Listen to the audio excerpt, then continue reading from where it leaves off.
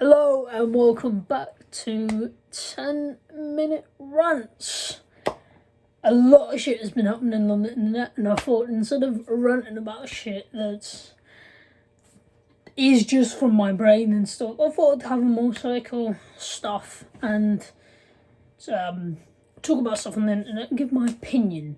Also, yes, there is a purple light coming from here, so that is why half of my face is purple. You're just gonna have to deal with it. So, on the internet, a YouTuber called Dream, if you don't know who he is, just this year alone he went from having 1 million to 15 million subscribers. He's a Minecraft YouTuber who does speedruns, speedrun to the end of the game. It's very fucking entertaining. I remember he was on my recommended when he first started blowing off, and it's very entertaining to watch. I watched like loads of them.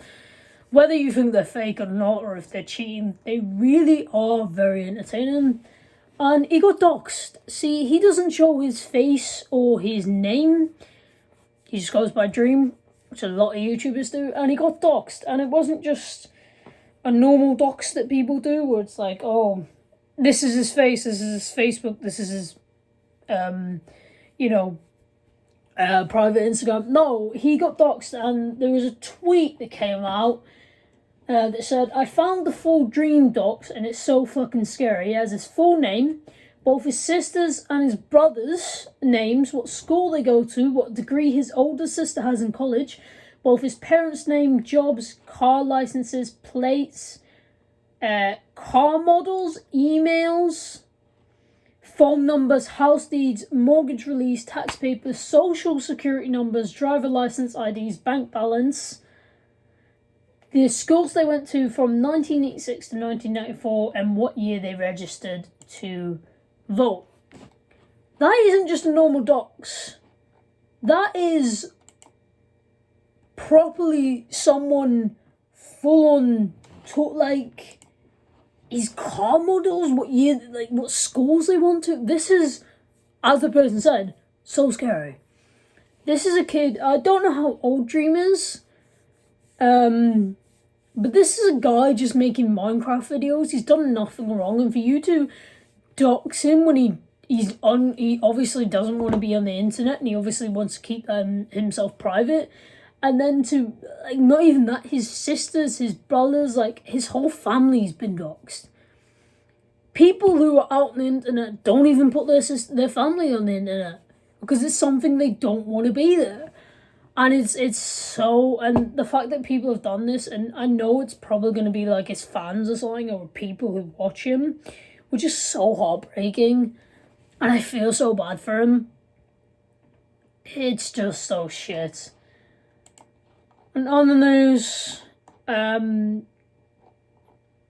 lot more fucking partying for New Year's Eve.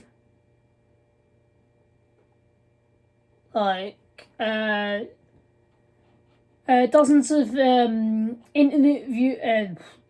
influencers from last night's New York. Why did I say New York?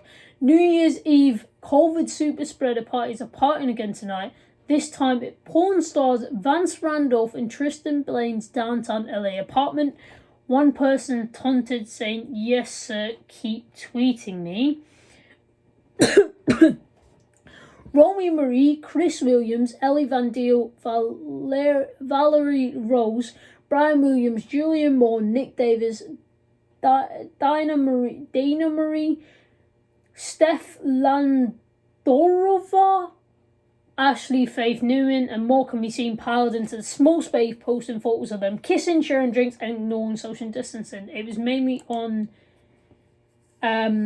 someone's Snapchat, Julian Moore. I don't know who these people are, but just the fact that they're fucking partying, and this is in LA, I'm pretty sure. Is it in LA? I'm guessing it to be LA. Yeah, downtown LA. You're still fucking partying when there is a global pandemic going on. And the thing is, their fucking job is probably not the hardest job in the world. I probably not understand that it's not easy, but you literally sit indoors and film videos on a TikTok, like, these aren't like TikToks and stuff. Like, you've not lost your job. You've not, like, it's so stupid to sit there and party. Oh, fuck. Well, I was saying, to sit there and party while you can sit there and like, they're like Jake Paul and Tana Mongeau, who sit there and say, like, that it's not real and stuff, and then they say, oh, I'm sorry for partying, and then they go and party. The same fucking day they say, I'm sorry. Like, it's just... Camera died, but we're back. I probably should have checked that before I done it. Yeah, what was I talking about? So, yeah, people partying. Stupid. I think it's stupid. Especially when, literally, like, I didn't have a party for New Year's Eve. I think I went to bed at 10. I didn't even stay up to watch the countdown, because there was nothing else to do. We didn't have anything. We didn't. My mum worked on New Year's Day. She also worked on Christmas Day. She is a in-home carer. She goes into people who've been released from the hospital. My mum is a frontline worker who, when this first started, I'm pretty sure she got it. What happened is she had a really bad cough, and like, she said that she felt like she smokes 50 fags a day. She had a really bad headache. Smell and taste went, and they're still gone. Like, but I'm pretty sure that's where our sinus is. And she was really bad. Like, like, I had to take care of my mum. And this was before the testing came out, so we didn't know. And as soon as we isolated instantly. And my mum has to go outside and work and work with people who are going out of the hospital. My mum is all my family's a frontline worker. My dad is a lorry driver, my mum works. And they've all worked during this pandemic, all my family. So they have the special time where they don't get laid off from their work. They don't have to go out and work on the fucking front line where a pandemic's going wrong, where they could basically nearly catch it. And they do parties. Like, they've got the opportunity, and they've got such an opportunity where they can stay at home, work, and stay away from this pandemic, and they can order in food, and they can... But no, they sit there and party, and they go out to eat at steakhouses and stuff like that. And it's like, you have such an opportunity that most people nowadays don't have. In general, like, you have the opportunity to stay inside to get away from this pandemic, right? But then you party where there's more chance of you catching it.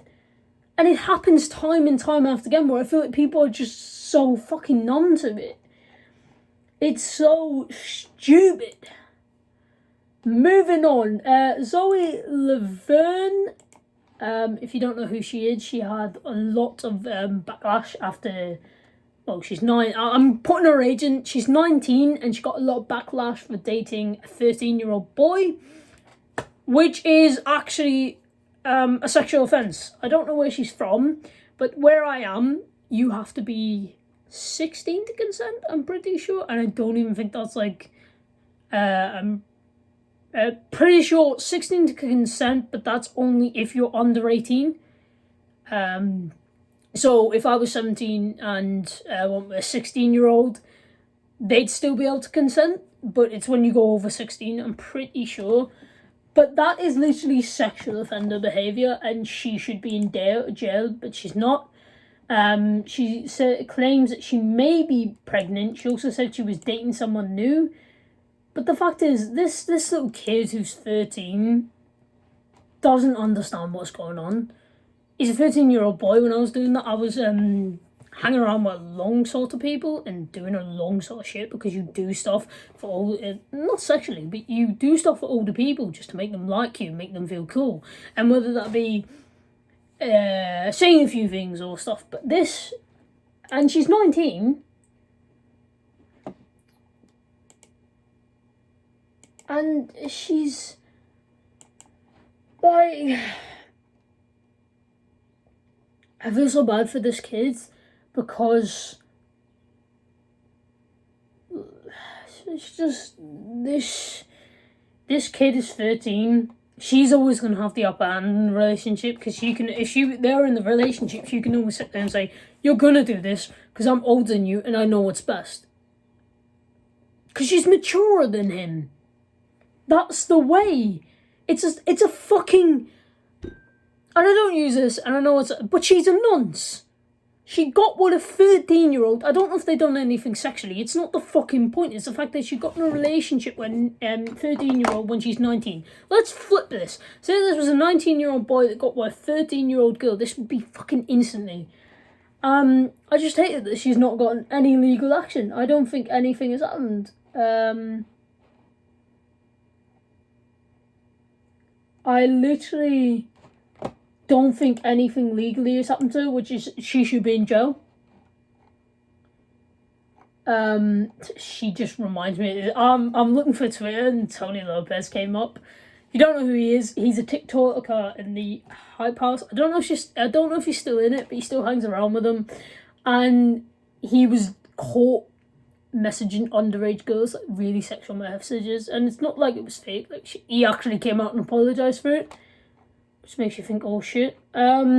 Nikita Dragon was seen walking around with no mask on, in an elevator. Yes, that small confined space was without a mask, and she's one for not wearing a mask in a pandemic as well.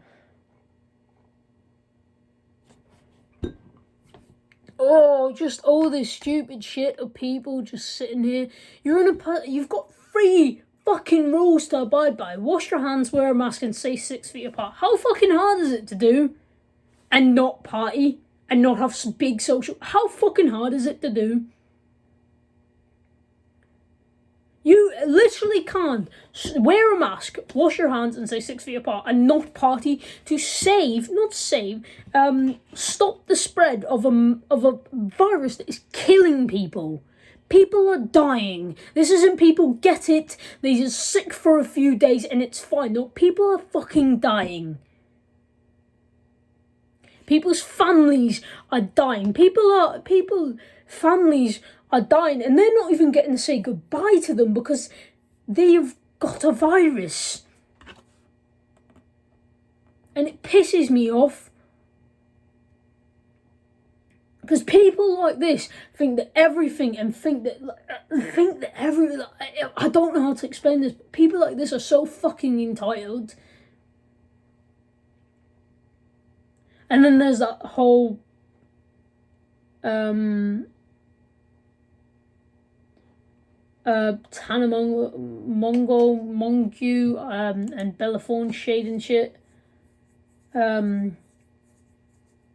So Tana continues to shade Bella Thorne on Instagram. Tana also reposted someone who works for Bella, shading Bella. She put up an Instagram story saying, looking to hire a surplus of the best YouTube editors, expanding the content scene this 2021. First things first, more editors, and I'm not Bella Thorne. I'll pay you. I don't know what that Bella Thorne shit is. She pretty much just got an editor that worked with Bella. I'm pretty sure at one point they were thinking about boxing. I don't actually give a shit about them. That's one person who keeps on partying.